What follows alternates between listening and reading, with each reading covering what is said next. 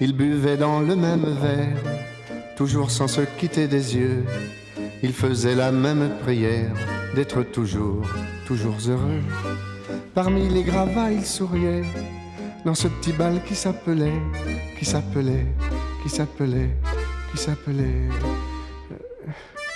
Non, je ne me souviens plus du nom du bal perdu.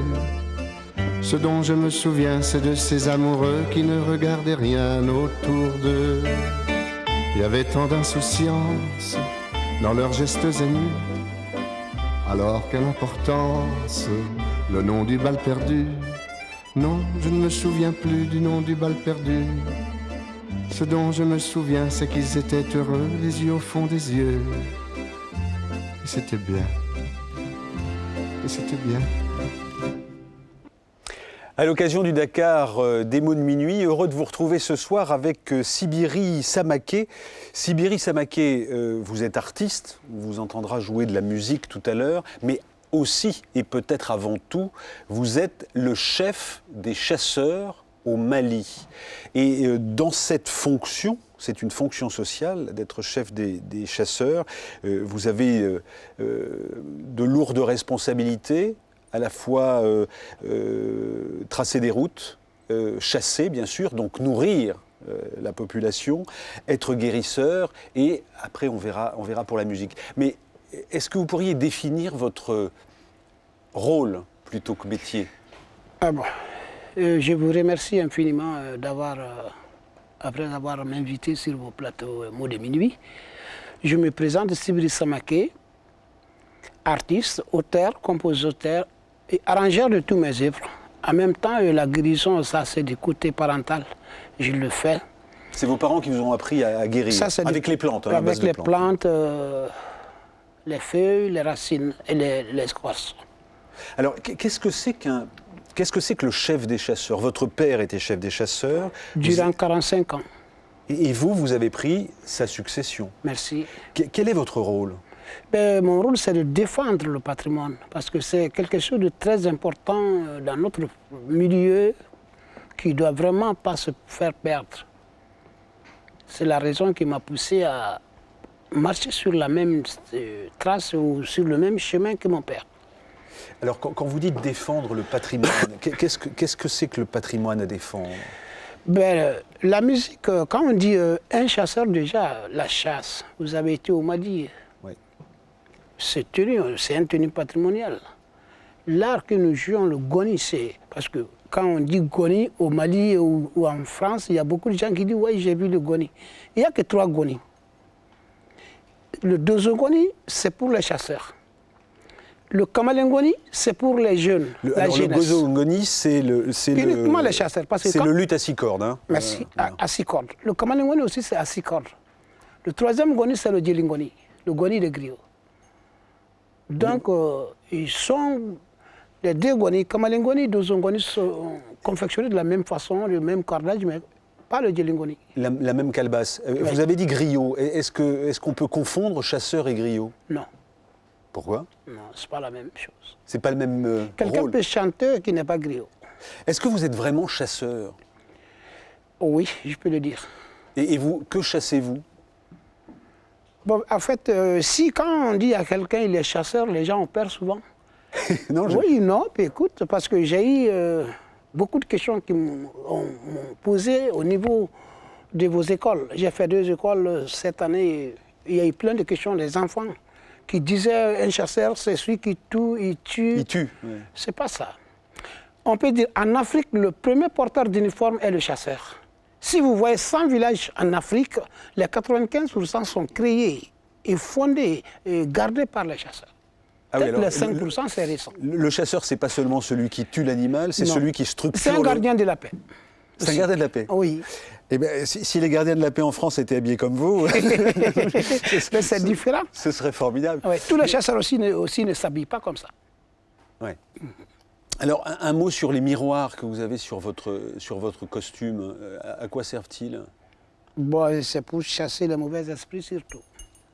Parce que moi, mon tenue, c'est de père en fils. chemise, pantalon et chapeau fait 17 kilos. 17 kilos? Ouais. Ah oui. Et alors, chasse, j'imagine, et on va regarder dans un instant un sujet de Jean Rouch, mais j'imagine qu'avant, c'était la chasse plutôt traditionnelle, c'est-à-dire les arcs, les flèches, les lances. Aujourd'hui, vous avez un fusil. Oui. Est-ce que c'est patrimonial d'avoir un fusil? Ben, il y a une très grande différence. Même à présent, aujourd'hui, il y a des fusils, des anciens fusils avec nous qu'on chasse avec, pas avec des fusils à répétition. Des pétoires. Ça, c'est pour détruire. Ça, c'est pour détruire. On peut chasser une bête, un moment, c'est pour s'en servir, c'est pour goûter. Il y en a de ces animaux qu'on tue pour guérir, soit à cause de leur sang, de la viande ou la peau, ou la cervelle. On regarde un extrait de Jean Rouch. Son film s'appelle La chasse au lion à l'arc. Ça date de 67. Alors, lui, pour le coup, il a suivi les chasseurs Gaos. C'est au Niger, dans la région de Yatakala. C'est à la frontière, d'ailleurs, avec le Mali. Oui. Et dans ce court extrait, on voit bien l'évocation du rôle social que vous avez, que ce soit au Niger ou que ce soit, en ce qui vous concerne, au Mali. Oui. Extrait. Et voilà ces grands chasseurs.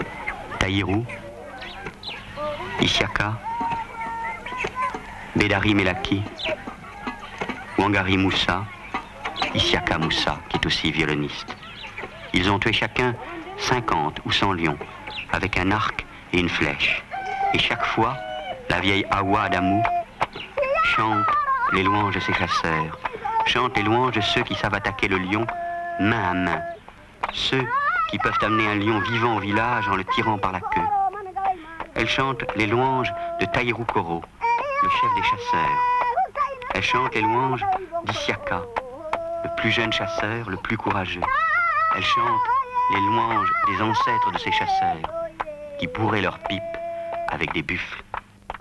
Et tous les enfants Gao, tous les jeunes chasseurs, s'entraînent chaque jour au tir à l'arc. On tire sur un buisson placé à une 50aine de pas, un buisson qui est le lion.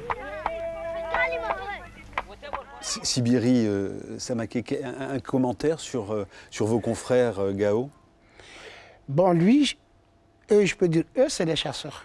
Mais ils ont un peu abusé. Parce que le nombre de têtes de lions abattus par personne, c'est trop abusé. Ouais, ils ont tué trop de lions, c'est ça? Bien sûr. Parce que moi, c'est ce que je dis chaque fois. Tôt ou tard, nos arrière-enfants, ils ne vont pas connaître la perdrix ni le lapin. Sauf si on les apprivoise. On doit tuer quelques-uns. Quelques-uns. Respect de la nature. Merci. Parce que là aussi, les animaux ont un très grand rôle dans la nature que beaucoup de gens ne connaissent pas. L'éléphant est suivi par le charognard. Et le charognard aussi est contre quelques microbes qui peuvent détruire tout un troupeau de bétail. Donc il n'y a pas d'animal inutile en brousse. Sibiri Samaké, Oui. je vois que vous avez une montre très moderne. Il y a même deux. Hein, Oui. Dans ce que vous représentez, et on voit bien que votre costume n'est pas un costume de parade. Ouais. Comment vous gérez la prétendue civilisation? La prétendue civilisation, ben, ce sens, je ne l'ai pas bien compris.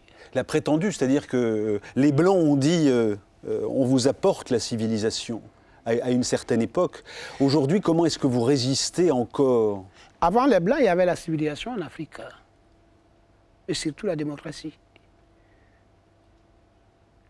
J'étais très content l'autre jour. Quand un petit de rien du tout me posait des questions sur la chasse, sur les animaux, sur mon instrument et moi, ma personne, j'étais ébahi.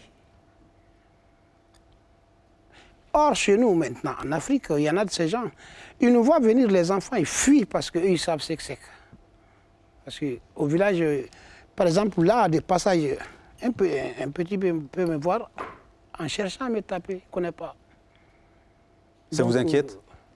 Si vous disiez des trucs de civilisation, c'est des trucs un peu diamétralement opposés. C'est-à-dire que vous dites qu'aujourd'hui, Oui. chez vous, on peut avoir peur quand on vous voit comme ça? C'est ça que vous dites? On ne porte pas chez nous comme ça. Cérémonie et décès. Alors, est-ce que ça veut dire que vous êtes vous êtes menacé, vous êtes une espèce menacée, vous aussi, dans ce combat qui est le vôtre pour le maintien du patrimoine, comme vous disiez tout à l'heure? Nous, on est des personnalités à respecter, pas comme les autres. Parce que quand on te dit chasseur déjà, tu te respectes, ne mens pas, ne sois pas égoïste. Donc, en un mot, nous sommes d'une part là, d'autre part là. Parce qu'avec ça, je ne suis plus Sibiri. Vous êtes? Voilà. Vous êtes... Mais sans ça, on est ensemble avec tout le monde. On va vous écouter chanter et jouer dans une seconde. D'où vous vient votre science? Savoir chasser, Oui. savoir chanter. Qui vous a transmis? Je n'ai pas de maître. C'est spontané, c'est... Moi, mon premier instrument a été confectionné par moi-même. Mais mon père fut chef des chasseurs 45 ans. J'étais à l'école et chaque semaine, presque, il y avait des artistes comme moi qui venaient chez le vieux.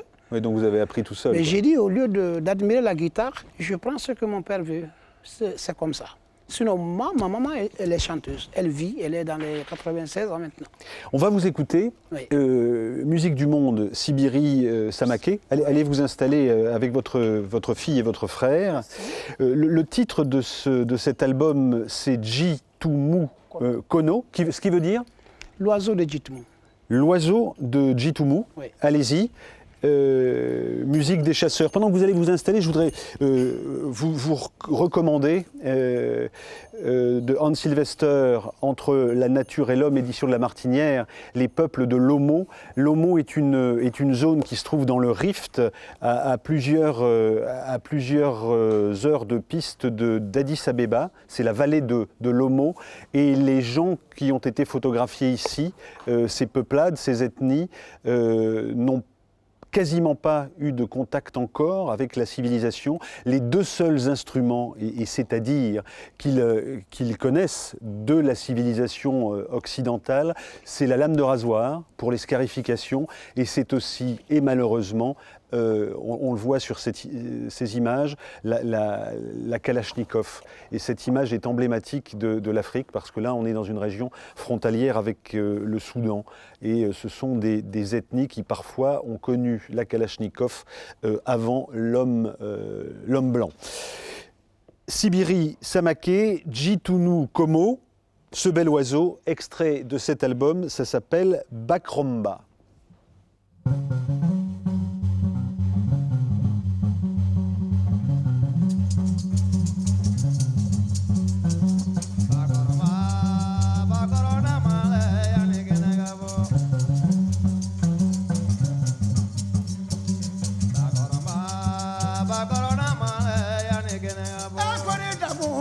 Baba, bayena la fabe ngunuma.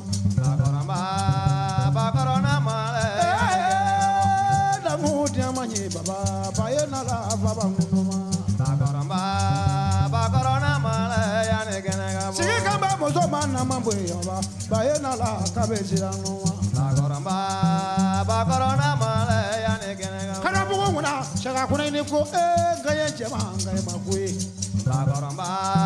Bakorona male yani genega. Aye dango tegaba. Sumaila kima dango kineku.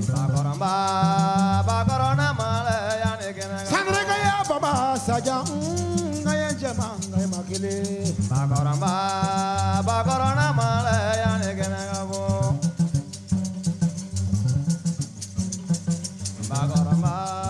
Bakorona male yani genega.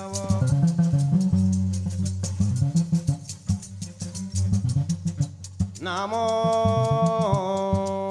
Embraza kay anyale sumonzori embraza mandi Namo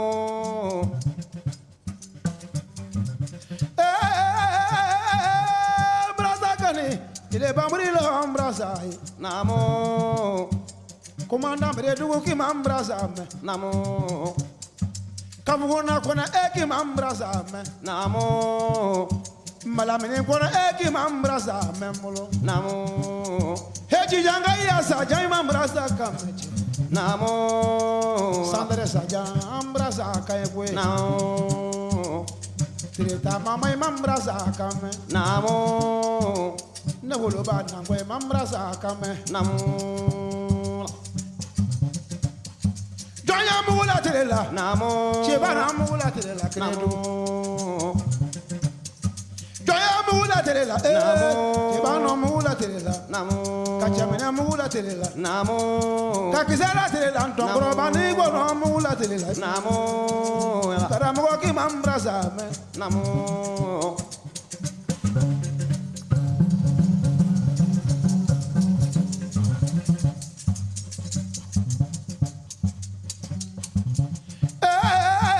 Brasa kani. Sugo majuna he imam brasa me.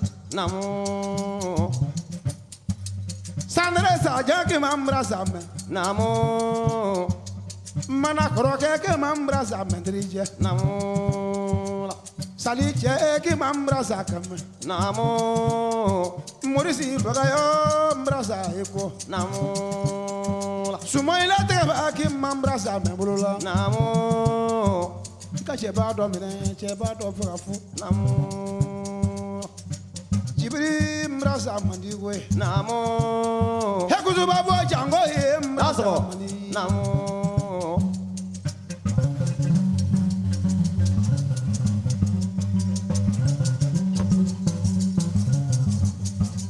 E kwari dango kai mai. Ba ye na la va ba munu. Bagoroma, bagorona male, yane gene gabo.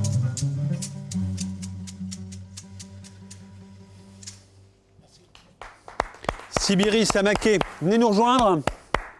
Alors on vous a vu avec le dozon ngoni, c'est ce luth à 6 cordes. Venez nous rejoindre tous les trois si vous voulez bien. Et je vais vous poser une question sur ce que vous dites et sur ce que vous chantez. Oui. Qu'est-ce qu'il y a essentiellement dans vos paroles, dans ce que vous dites? Alors on a parlé d'oiseaux, asseyez-vous, je vous en prie. L'oiseau, c'est le messager. C'est le messager. Parce que C'est l'espoir. Ah oui. Il y en a de ces cérémonies, chaque année ça se fait. Je peux faire une cérémonie à Bagnolet. Et ce que j'ai fait à Bagnolet, je vais à Lille. Je dis à Lille, ce que j'ai fait à Lille, je vais à Clichy ou bien Montpellier, Angoulême. C'est-à-dire que vous emportez avec vous l'expérience Merci. que vous avez. Oui. Et qu'est-ce qu'il y a d'autre? J'imagine que vous chantez les louanges de votre père. Oui. Et quelles sont les valeurs que vous chantez? Par exemple, Bakoromba a été suivi par un morceau un peu sacré. Oui. Par exemple, ce qui a été démontré tout de suite par nos confrères nigériens peuvent danser ce morceau. C'est des cas exceptionnels. Il faut être agressé par un lion ou être, par exemple... Vous avez déjà été agressé par un lion? Non. J'ai vu un lion, je pouvais le tuer, mais mon père m'a toujours dit de ne pas tuer un lion. Respect. Oui. Vous êtes avec votre frère Oui. qui remplace votre fils qui est Oui, souffrant, là, oui. avec votre fille. Oui, Est-ce que c'est important de Oui. faire en famille votre musique? très important. Pourquoi? Bon. Autrefois, on avait des élèves, tu avais des élèves qui te respectaient, qui étaient comme des élèves, mais tel n'est pas le cas aujourd'hui. Parce que là, aujourd'hui, tu prends un élève, par exemple, on te dit à Bamako, oui, il est parti en France. Pour l'élève, il vient, le chef, il prend le million, il lui donne 10 francs. Bon, j'ai voulu vraiment éviter certaines choses. Et je suis vraiment un peu égoïste à ne pas transmettre ce que mon père m'a transmis à un autre élève qui... Il faut que ça reste dans la famille. Non, ce n'est pas obligatoirement. D'accord. C'est Mais pas vous, vous avez choisi pour éviter Merci. qu'on vous vole, enfin qu'on vous pille. Merci, merci. D'une certaine manière. Vous étiez, en décembre dernier, vous étiez au Festival Africolor. Est-ce qu'il y a... Alors, on sait l'intention, enfin la volonté des gens qui organisent ce festival de respecter ce que vous faites ou ce que font les auteurs ou les compositeurs africains. Est-ce que pour vous c'est un risque d'être finalement d'être utilisé par la musique occidentale? L'homme seul peut s'utiliser. On ne peut pas utiliser quelqu'un s'il ne le veut pas. Vous êtes un sage quand vous parlez. Car depuis 1991, quand j'ai fait connaissance avec Philippe Courat et ses amis, je ne cesse pas de venir à Fricolore. Je viens à Fricolore pour montrer aux gens ce qui se passe. C'est votre sens de l'amitié. Oui. Est-ce que vous pouvez me dire un mot? Elle n'a pas été à l'école. Elle n'a pas été à l'école. Peut-être si vous traduisez. Enfin, qu'est-ce qui l'a le plus marqué dans son séjour en France? Ça fait à peu près sa 10e fois. Hein. Mais lui, il était à l'étranger aussi. On l'avait donné à un maître. Le maître l'a formé? Oui. Et il est venu cette année. C'est la raison qui a fait que je l'ai amené. Et vous, qu'est-ce qui vous marque le plus? Puisque vous venez depuis très longtemps, qu'est-ce qui vous semble changer? Je ne vois pas de changement, mais je suis très content. Parce que là, c'est moi, et là, c'est moi. Surtout celle-là, quand je voyage, si elle est à la maison, elle est trop fatiguée par les patients. Parce que c'est elle qui s'occupe presque de toutes les malades qui viennent. Ah oui, d'accord. Oui. Ouais. Donc c'est une sainte trinité presque. Voilà. Merci à vous, mademoiselle. Merci à vous, messieurs. Merci. Et puis, merci d'avoir apporté vos miroirs sur ce plateau pour chasser les mauvais esprits. Merci. Il y en a quelques-uns de temps en temps. Hein. On se quitte, on se retrouve la semaine prochaine pour, à l'occasion du Dakar, d'autres mots de minuit. Je voulais simplement vous signaler chez José Corti, dans le domaine romantique, John Muir, Souvenirs d'enfance et de jeunesse, ça c'est son précédent livre, et tout récemment sorti, 1500 km à pied à travers l'Amérique, dans une traduction d'André Fayot.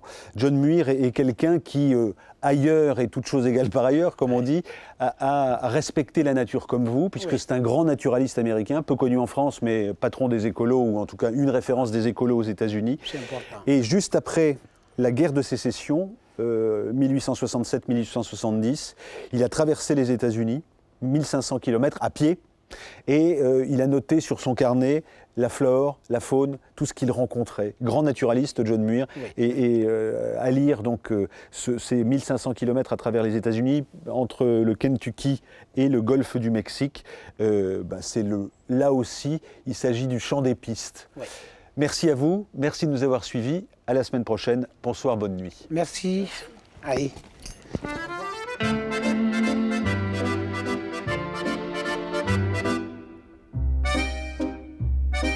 Et puis quand l'accordéoniste s'est arrêté, ils sont partis.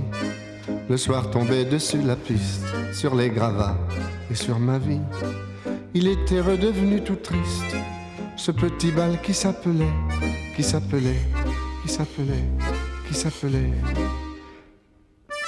Non, je ne me souviens plus du nom du bal perdu. Ce dont je me souviens, c'est de ces amoureux qui ne regardaient rien autour d'eux. Il y avait tant de lumière avec eux dans la rue. Alors la belle affaire, le nom du bal perdu. Non, je ne me souviens plus du nom du bal perdu. Ce dont je me souviens, c'est qu'on était heureux, les yeux au fond des yeux. Et c'était bien. Et c'était bien.